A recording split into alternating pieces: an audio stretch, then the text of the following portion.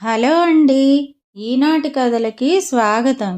నేను మీ సీతా మహాలక్ష్మి. ఈరోజు మనం ముగ్గురు దొంగలు అనే చందమామ కథని చెప్పుకుందాం.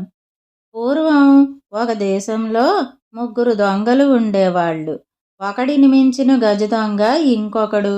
ఒక రోజున దొంగలు ముగ్గురు ఒక పూటకోళ్ల ఇంటిలో కలుసుకున్నారు. ముగ్గురు ఒకే వృత్తి కలవాళ్లేమో ఇట్టే స్నేహితులయ్యారు. ఇక ఎవడి గొప్పవాడు చెప్పుకోవటం మొదలుపెట్టారు. చూడండి ఆ గొప్పలు. మొదటి దొంగ, నేను గూటిలో నుంచి అది పొదిగే గుడ్లను ఆ పిట్టకే తెలియకుండా దాని గుడ్లను దొంగిలించుకు వచ్చేస్తాను అన్నాడు. రెండవ దొంగ, మనుషులు దారి మీద నడుస్తూ పోతున్నప్పుడు వాళ్ళ చెప్పులకు అడుగున ఉండే అట్టలను కోసుకుని రాగలను అన్నాడు. ఇక మూడవ దొంగ, అన్నం తింటూ ఉన్నప్పుడు పక్కవాడికి తెలియకుండా వాడి కంచంలోని వస్తువులు నా జేబులో వేసుకుని రాగలను అన్నాడు. దొంగలు ముగ్గురు ఒక రోజున కలిసి ఇట్లా అనుకున్నారు.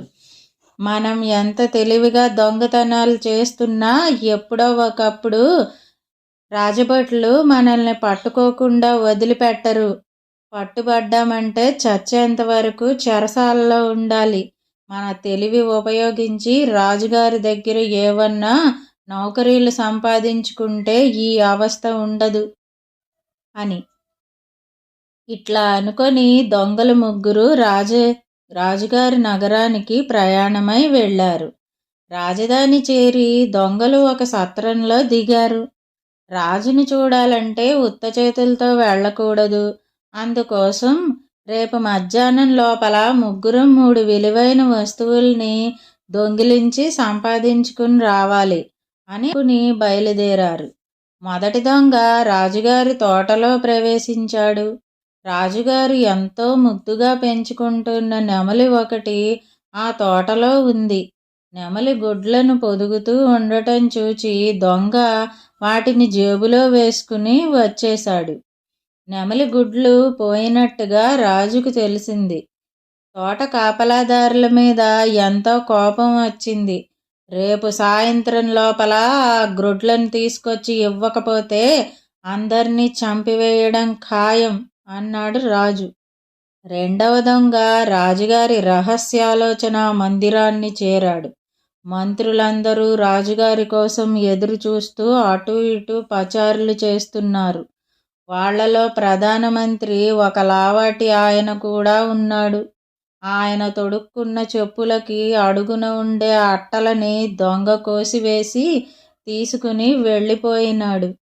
రాజుగారు వచ్చి సింహాసనం మీద కూర్చున్న తర్వాత మంత్రులు ఒక్కొక్కరు వెళ్ళి మోకాళ్ల మీద మోకరిల్లి నమస్కారం చేశారు. ప్రధానమంత్రి కూడా అట్లా చేస్తూ ఉంటే పక్కన నిలబడి ఉన్న వాళ్ళంతా గుసగుసలు, ముసిముసి నవ్వులు మొదలుపెట్టారు. రాజుకి మంత్రి కాళ్లకున్న చెప్పులకి అట్టల్లేవని తెలిసిపోయింది.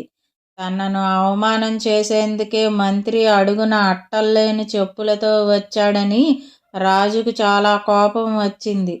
రేపు సాయంత్రం లోపల తన అవిధేయతకు కారణం చెప్పకపోతే మంత్రిని చంపివేయడం ఖాయం అన్నాడు రాజు.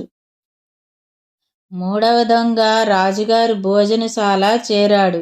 రాజు వచ్చి భోజనానికి కూర్చున్నాడు. వంటవాళ్ళు పళ్ళేలలో రాజుగారికి వడ్డించాలని లడ్లు, కజ్జికాయలు తెచ్చారు. దొంగ ఎవరికీ తెలియకుండా వాటిల్లో 3 వంతులు తన జేబులో వేసుకుని వచ్చేశాడు. రాజుకి ఆకలి దహించుకుపోతోంది. ఇంకా కొంచెం తీసుకొని వచ్చి వడ్డించమని మారు అడిగాడు. ఇంకా అక్కడేమున్నాయి? వంట వాళ్ళంతా చేరి తన కడుపు కాలుస్తున్నారని రాజుకు మా చెడ్డ కోపం వచ్చింది.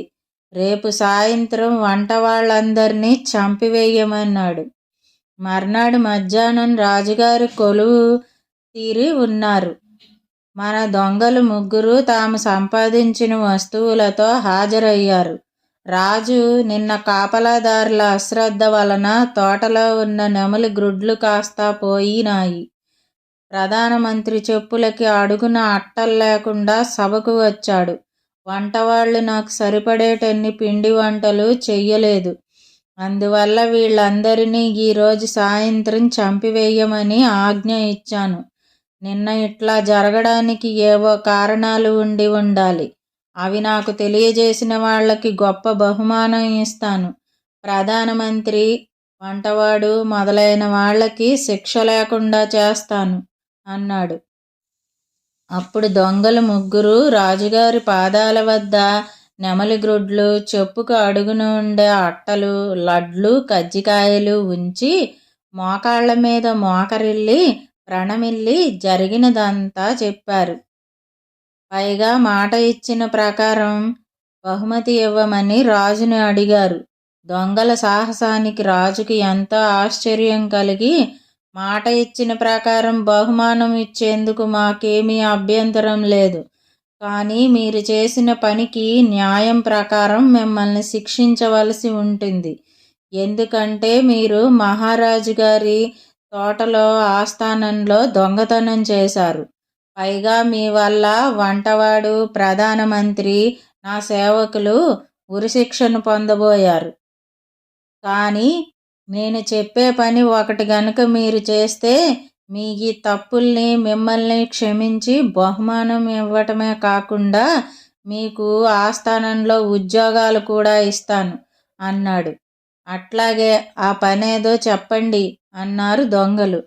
రేపు పొద్దుటికి నా కోశాగారం నుంచి 3 మణులను దొంగతనం చేసి తీసుకురావాలి.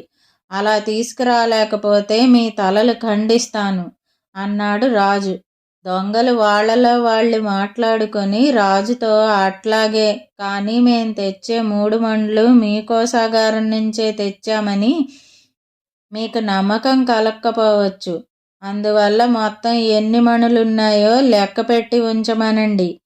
మేము రేపు మీకు ఇవ్వగా 3 మణులు మొత్తంలో తగ్గి ఉన్నట్టయితే మీరు తేలిగ్గా దొంగతనం జరిగిందని నమ్మవచ్చు అన్నారు. రాజు సరేనని కోశాధికారితో సాయంత్రం లోపల ఉన్న మణులన్నీ లెక్కపెట్టి ఉంచమన్నాడు. రాజుగారి కోశాగారంలో సంచుల కొద్దీ మణులున్నాయి. అన్నీ లెక్క పెట్టడం ఒక్క మనిషి వల్ల అయ్యే పని కాదు. అందువల్ల రాజుగారి వద్ద పెద్ద ఉద్యోగం చేసే వాళ్ళందరినీ మణులు లెక్క పెట్టేందుకు రమ్మని కోశాధికారి అడిగాడు. మన దొంగలు ముగ్గురు ఉద్యోగస్తుల వేషాలు వేసుకుని అందరిలో కలిసిపోయి కోశాగారంలోకి వెళ్ళి దొంగతనం చేశారు. మర్నాడు ఉదయం రాజు చేతికి దొంగలు 3 మణులు ఇచ్చారు. కోశాగారానికి కబురు పంపి కనుక్కుంటే నిన్నటి కన్నా ఈరోజు 3 మణులు తగ్గాయి అని తెలిసింది. రాజు సంతోషించి దొంగలు ముగ్గురికి పెద్ద పెద్ద బహుమతులు ఇవ్వడమే కాకుండా తన ఆస్థానంలో ఉద్యోగాలు కూడా ఇచ్చాడు. ఇదండి ముగ్గురు దొంగలు కథ. ఈ కథ గనక మీకు నచ్చినట్టయితే లైక్ చేయండి. ఈ కథను మీ స్నేహితులకు షేర్ చేయండి. కథపై మీ అభిప్రాయాన్ని కామెంట్ రూపంలో మాతో పంచుకోండి. మరిన్ని మంచి కథల కోసం మా ఛానల్ను సబ్స్క్రైబ్ చేసుకోండి. మళ్ళీ మరొక మంచి కథతో కలుసుకుందాం. అంతవరకు వింటూనే ఉండండి ఈనాటి కథలు.